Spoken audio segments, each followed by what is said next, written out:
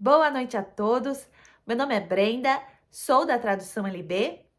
Em primeiro lugar, quero agradecer a todos vocês que sempre acompanham o nosso canal. Muito obrigado por sempre confiar nas nossas traduções, no nosso conteúdo. E para você que é novo, seja bem-vindo. Aqui trazemos informações do Japão. E hoje vamos falar sobre um tema muito triste. O governo japonês confirmou que no ano passado tivemos 914 casos de cuidados inadequados com criança do Hoikuen e Yochien, ou seja, de 0 a 5 anos, né, até ingressar na escola. E para passar essas informações para vocês, eu estou aqui com o meu jornal Asahi. Então, teve uma matéria completa, né, aqui na primeira folha, na segunda folha. Então, vou estar passando para vocês todos os detalhes sobre, afinal de contas, o que é cuidado inadequado.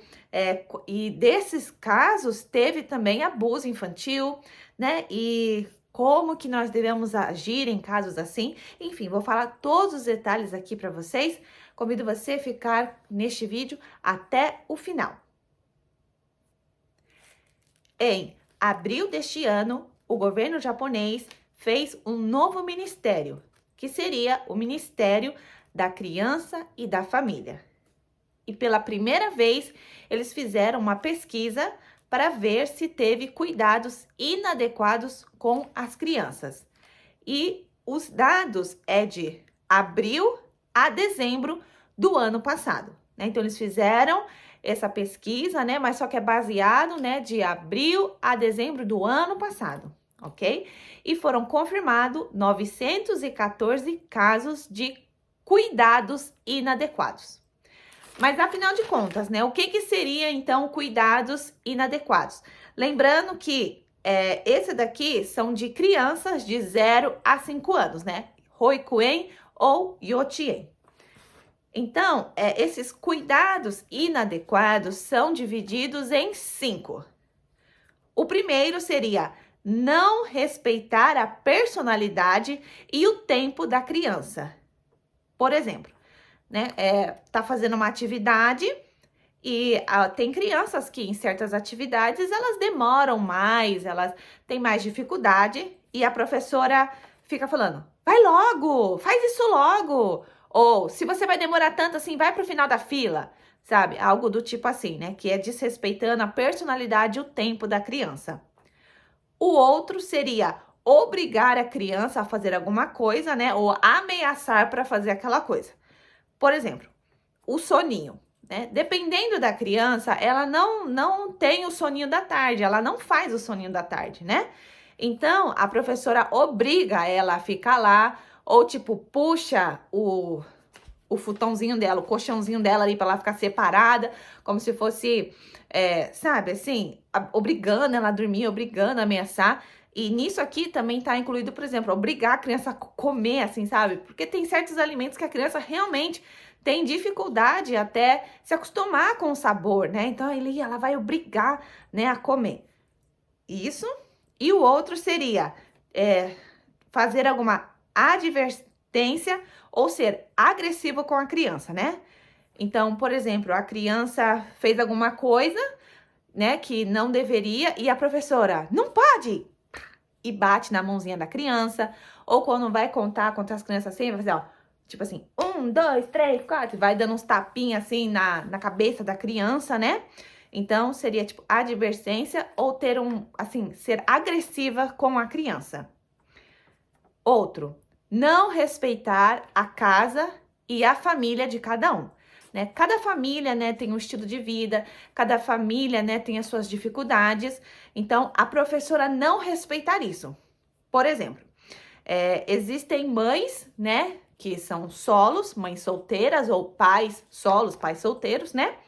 E às vezes eles estão com a cabeça muito cheia, estão muito cansados, eles fazem tudo sozinho e a criança acaba e o pai, a mãe esquece de colocar alguma coisa ali na bolsa da criança, né? E a professora fica falando, e o seu pai sempre esquece as suas coisas, né? tipo assim, nesse tom.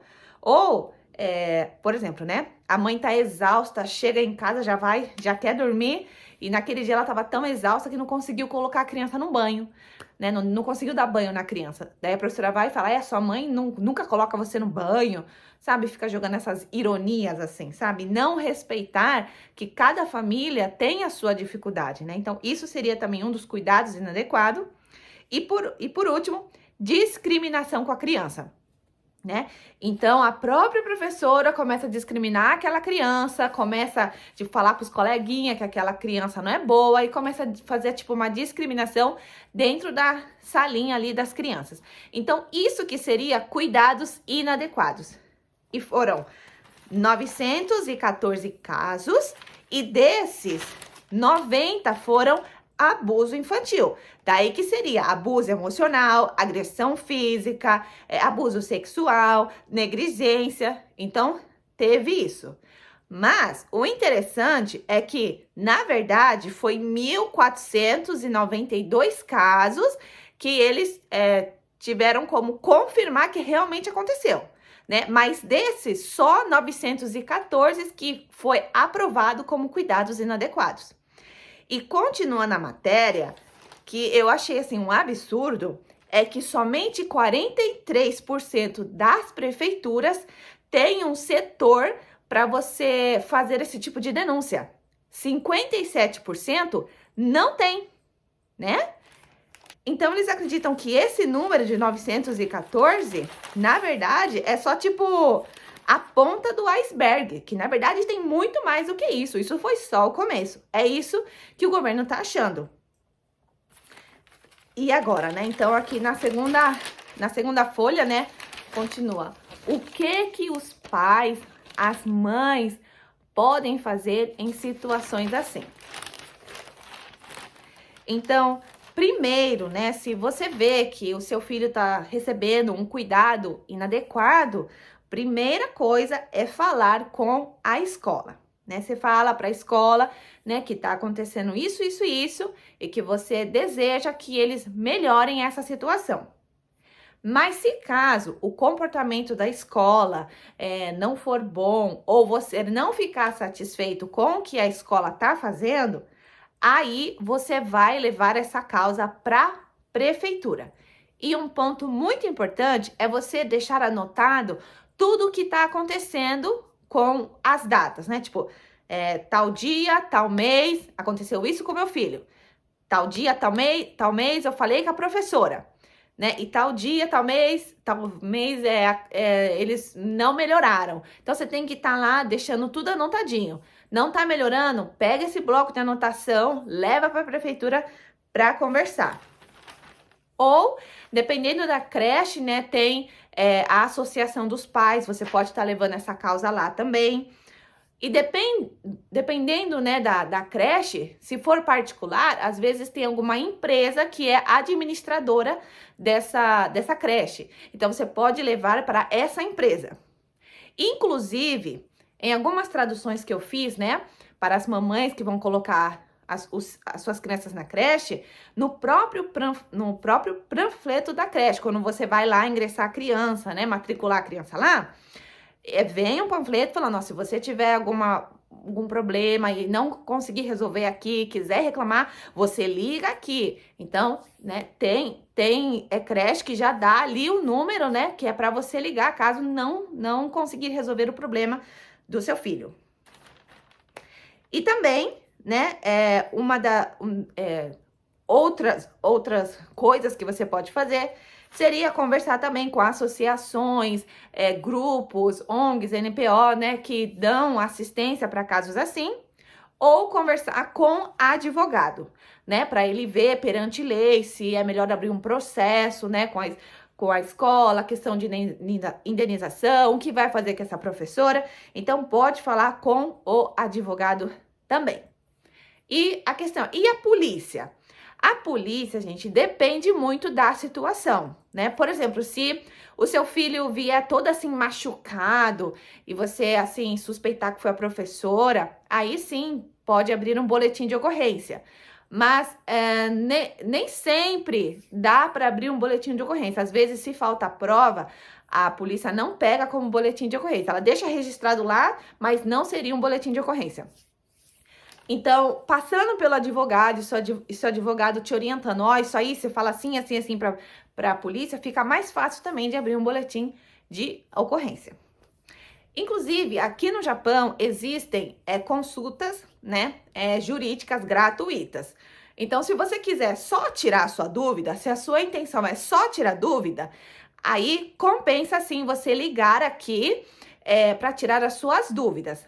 Agora, se aconteceu alguma coisa e você quer denunciar mesmo, abrir um processo, aí seria interessante você já ir diretamente em alguma agência de advocacia, né? Porque dependendo do advogado, eles trabalham um pouquinho diferente. Então, por exemplo, tem advogado que vai dar opinião que essa indenização seria 1 milhão. Outros vão dizer assim, não, é 2 milhões.